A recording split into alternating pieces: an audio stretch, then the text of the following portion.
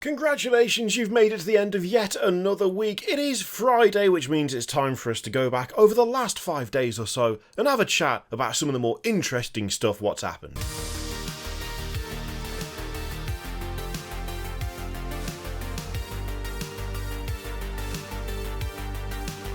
I'll be honest, there was a little lie in there. It's actually Thursday as I'm recording this because if you are a YouTube member or a patron over on Patreon, obviously, then you're seeing this video 24 hours early. So, if that sounds interesting to you, then do feel free to check either option out. The tiers are the same. It's just in case you want to do one or the other. Really, just choice. All choice. Speaking of members, thank you to Sergeant Sharp, Nat and Nostradametry for joining the channel. It's nice to have you here. Now, I think one of the biggest bits of news that actually might have happened not this week, but end of last week, is John Blanche retiring from Games Workshop after, like, 46 years or something. The guy has been hard at it for nearly 5 decades and has gone into retirement. And you know what? On the one hand, well-deserved. Definitely well-deserved. On the other, it kind of makes me a little bit, not necessarily sad, but I guess nostalgic. See, I'm willing to bet that if you have any sort of passing interest in 40k, whether it be the lore, the artwork, the game itself, you will have seen this image. This has become an iconic bit of art. I would suggest at this point it is borderline timeless, and almost everyone who has even a passing interest in 40k has seen it, and it is one of John Blanche's pieces. I don't think it's an understatement to say that John Blanche's work has kind of informed the visual language of not just 40k, but also fantasy, Mordheim, you name it. His work with GW has been incredibly informative of just how their products look. Games Workshop at this point have got many talented illustrators, artists, designers working for them, but it really feels like John Blanche's work just kind of laid the foundations for what Games Workshop's various worlds are. Now, admittedly, I'm not a particularly arty type of person. I've never had any sort of formal education in art. Hell, it's only in the last year or so that I started to try and learn colour theory. I was previously just guessing all the time, and it happened to work out okay mostly. Hell, I've only really enjoyed painting for the last couple of years, but for me John Blanche sits as a genuine inspiration, and to this day it feels like his art is just recognisably his art. His work has led to some of the most interesting and fun miniatures that you can buy today, and I think we, as a bunch of people who like things like AOS, like fantasy, like Mordheim, like 40k, kind of owe him something of a debt of gratitude for everything that he's put out, and the way that he has managed to shape some of the coolest universes out there. Now, we also had the release date for Leviathan. It is coming up tomorrow. You will be able to buy Leviathan on Saturday. If you want to take a gamble, if you want to see if you can get your hands on one, then these are the times that you need to be aware of. I have to admit, they've said they've made loads. They've said they've really gone for it, and they're doing limited quantity per order. They're implementing the queuing system. They're trying to do a lot to cut down on scalping, which is fair enough. But I would say, as with a lot of releases lately, don't get your hopes up too much. Oh, if you're planning to get Leviathan and you want to take a gamble with my affiliate link, then it's in the description. I'm just saying, I'm just throwing it out there, you know? Absolutely shameless, terrible. I'm not trying to be defeatist or try and downplay how cool the box is, because it's a great looking box. I'm not trying to make you feel as though you shouldn't go for it. I'm just trying to encourage a little bit of moderation. Because I think a bit of moderation is the only way to get around the whole FOMO thing, which they're doing a very, very good job with at the moment. I can't lie, their marketing is very, very good, but it does kind of rely on building and building.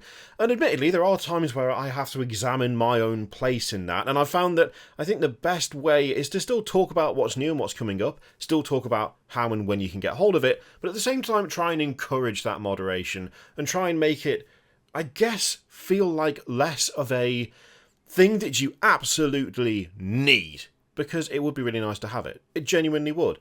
But at the same time, if you get yourself into a massive frenzy over it and then don't get it, that just leads to waves of disappointment, and then it leads to, I would suggest for quite a lot of people, feeling as though they are not getting what they're owed. And I don't like the idea of people having that kind of reaction to something that should be overall a net positive for the game and for the community, you know? Now, just in case you've forgotten, this is the contents of the box, and there is a lot in there. It also looks like it's going to be 150 quid, so it's a chunk of change, but there is a significant amount of plastic going on. And of course, you've got your usual thing of having a fancy rulebook and all of that jazz as well. I'm not going to lie, I just want those 5 Terminators and 3 of those Dreadnoughts. That's what I'm really after, and I don't think I'm going to get that anytime soon. but those are the keys. Those are the keys for me for this. Now, something that's been announced alongside Leviathan is the Battle for Oghram, which is a new global campaign which will decide the fate of a world and unlock massive reveals. Now, this is super, super interesting to me, and it's something that I'm both enthused for and like the idea of, and also something that I don't like the idea of. I'm getting very complicated feelings and emotions off this, right? So this is Oghram. It is being fought over by the Space Marines and the Tyranids. And so if you pick up Leviathan, you can find and use a special single-use code to join the battle for Oghram. Now, as I said here, this is your invitation to fight for the fate of the planet and earn the victorious faction priority access to exciting new reveals in the next Warhammer 40,000 preview. As they've said, the campaign begins on the 26th of June. You'll have 13 days to muster your forces and log the results of your first game playing the new edition. Both the Space Marines and the Tyranids still have plenty of new miniatures waiting to be unveiled, and the winning faction will have all of their upcoming releases shown off first. Not only that, but you will have the chance to win every single one of these new and unseen reinforcements when you take part in the global battle, no matter which side you fight for. Now, to be honest with you, that is pretty genius. It is very clever. I mean, effectively what you're doing is spurring the community on to get as many games of 10th played as they possibly can, to reward those who manage to get the box, which we'll talk about that in a moment because I'm not so sure on that front, and to use that as a driving force for deciding who gets to see their shiny things first. Now, when it comes to looking at it from a pure marketing standpoint, I think that's actually a great idea. When it comes to effectively gamifying FOMO, I'm not so sure that I like it, because that is effectively what this is. If you are able to beat the queues, if you're able to actually grab a box of Leviathan, then you have the chance to directly influence who gets to see their new models first. See, the thing for me is that there's already a severe disconnect between some of the marketing that Games Workshop does and some of the reaction that is had by the community as a whole. I mean, recently there's been just a wave of kind of hostility and frustration with content creators getting boxes for Leviathan, when previous releases have been kind of undercooked in terms of how many boxes have been available. Now, the problem as I see it is that Leviathan is already a one and done situation. It's a limited edition box and it's going to be in massive, massive demand. It might be that they've actually made enough that they can get one to everyone who wants one and it won't be a problem. But there is definitely an issue where people are all hyped up, they really want to get this thing, and then they don't get the thing that they want. Now, that is bad enough when it's just the box and the contents of the box. Sometimes the only reason you might want it is for the discounted price, which is totally valid.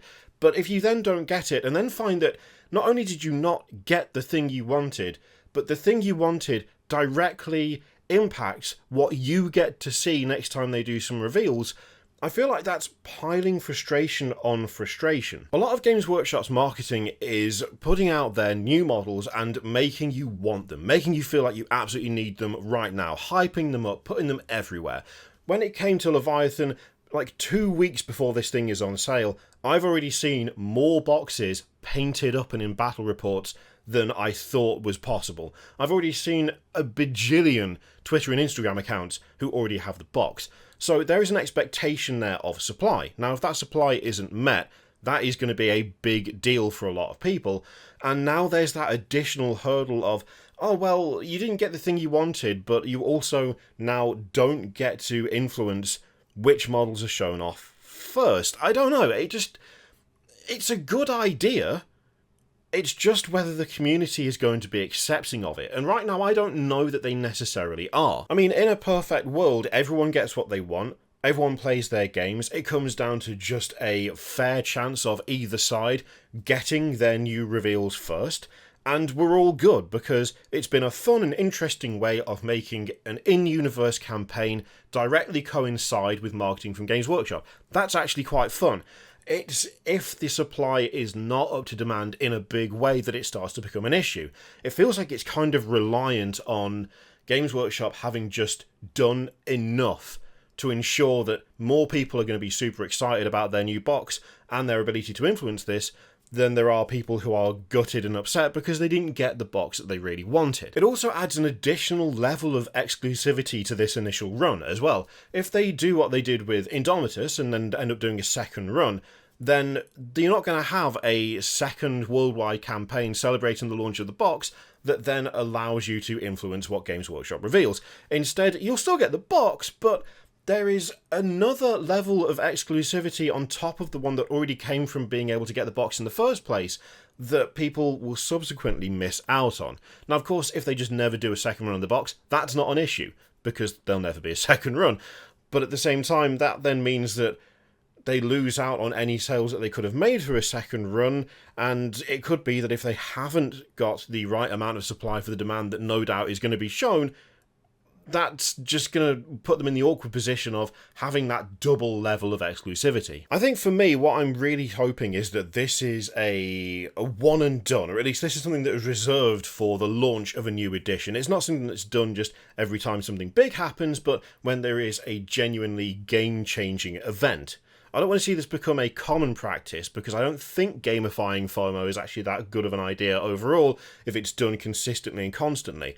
As a celebration of something, I can kind of get behind it. As an overall marketing technique going forward, that does not strike me as being...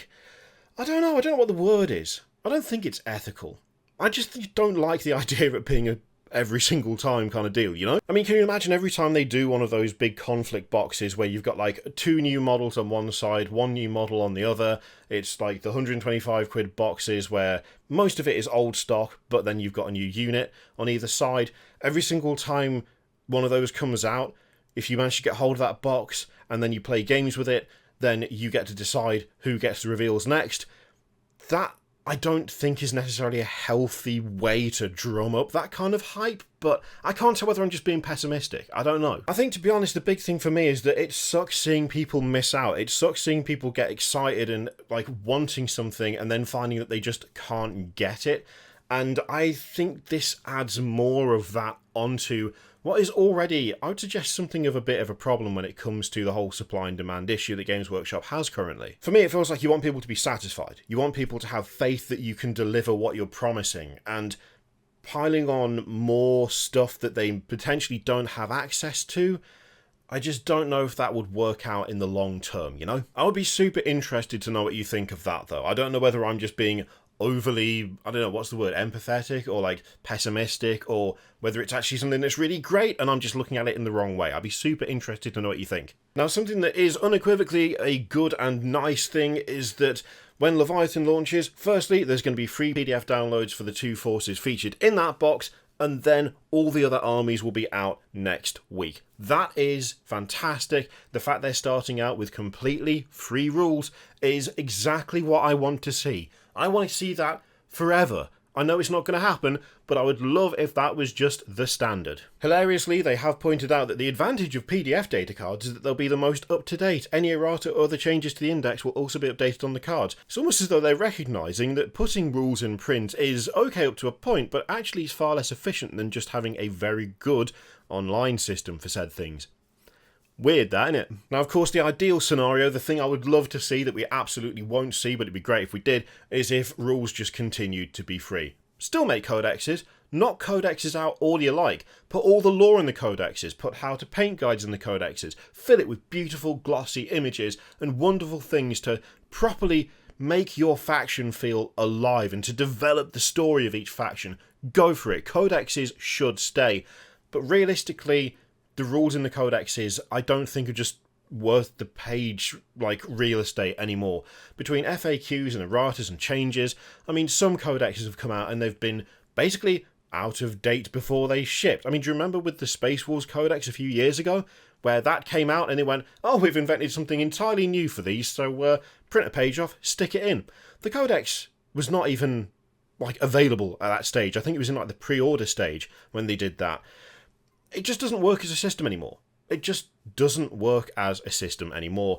And the ideal compromise, the perfect way to do it, in my personal opinion, would be to have all the rules available for free, and then for those who love to collect, for those who want that really nicely presented backstory, history, and just like beautiful army shots and illustrations, That's what the codexes are for. I would still buy a codex without the rules in it. Genuinely, I would still have that. I love a new codex. I love the feel of a new codex. But I look at the rules and think, well, that's going to be out of date in a little bit, isn't it? And I don't want that feeling. Instead, if we had a really good app that was actually really good, and we had just free rules in perpetuity, which are updated to keep the game as accessible as possible for all players, new and old. One can dream! One can dream! Now, of course, there is the third way of doing it that isn't PDF or buying the cards, which I just don't recommend buying them, I'm sorry, I just don't. Every unit in these index cards will be added to the upcoming Warhammer 40,000 app, alongside the new Battleforge tool to help you plan your army. I do like the way they phrase that. The upcoming Warhammer 40,000 app. I'm pretty sure I've got one of those on my phone. As long as the new one's better than the old one, I guess can't complain too much, and yeah, I just want it to be good, you know? Now finally we have a new Blood Bowl model to look at, and it's Vomit Face Blood Mouth or something, hang on.